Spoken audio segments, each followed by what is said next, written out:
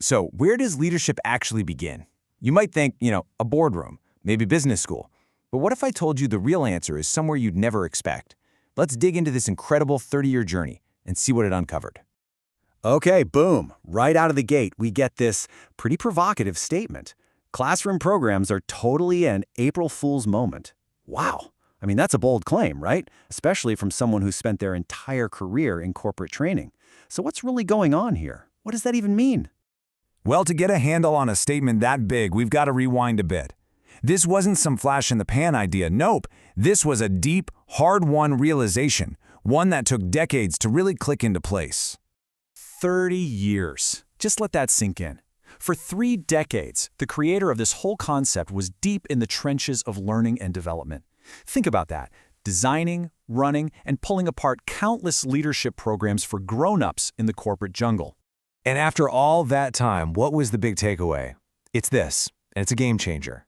Leadership development is a ladder whose first step is child development. Whoa, that just flips the whole script, doesn't it? It basically says we've all been trying to climb this ladder by starting halfway up, completely missing the most important step. So that brings us back to that April Fool moment. Why call it that?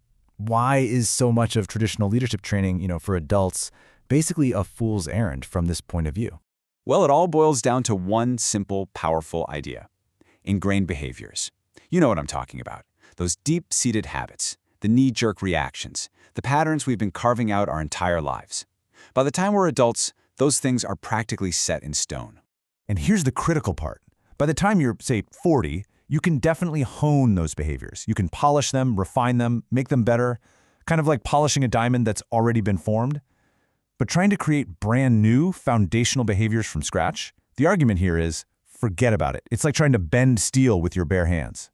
So this realization, it wasn't just a minor course correction. It was a massive 180 pivot. The thinking became, hey, if we really want to build great leaders, we can't wait until they're 40-year-old execs. We've got to start way, way earlier. And that's what sparked this incredible journey from the boardroom to the playroom. And this just shows you the whole story in one picture.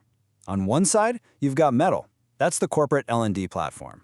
And on the other, Yancha, a totally new platform, built from the ground up for kids, all about life skills. It's such a clear shift in focus, moving away from just polishing old habits to actually building fresh new ones from day one. Okay, so this whole journey, this big realization, it all led to a brand new solution built on this really powerful insight. And that solution is the Yancha method. So what exactly is Yancha? It's the real deal result of that big pivot.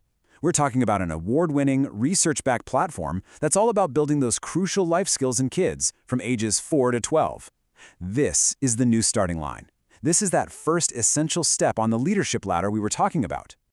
And it doesn't just stop when you're 12 either. The whole ecosystem keeps growing with Yancha teens, which keeps that journey going for young adults all the way up to 21. The idea here is to build a continuous path for growth, right? Not just dropping a one-and-done training seminar on someone 30 years down the road. And they're also making sure this whole philosophy gets out there to everyone. The learning goes way beyond just the platform itself.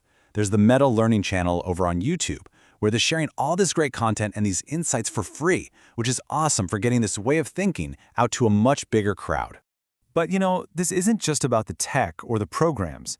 Underneath it all, there's a really core philosophy about how we humans actually learn, and it's all captured in this one simple phrase, when the student is ready. So here's the bottom line. The best way to actually develop these skills, it's not by sitting in a classroom, getting lectured at. No, it's through what's called mutual dialogue.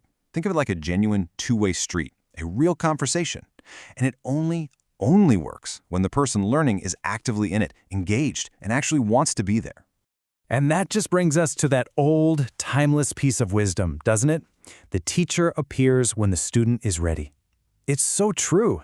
You can build the most amazing, high-tech programs on the planet, but real growth, real leadership, that stuff only kicks in when a person is genuinely ready, open, and receptive to it.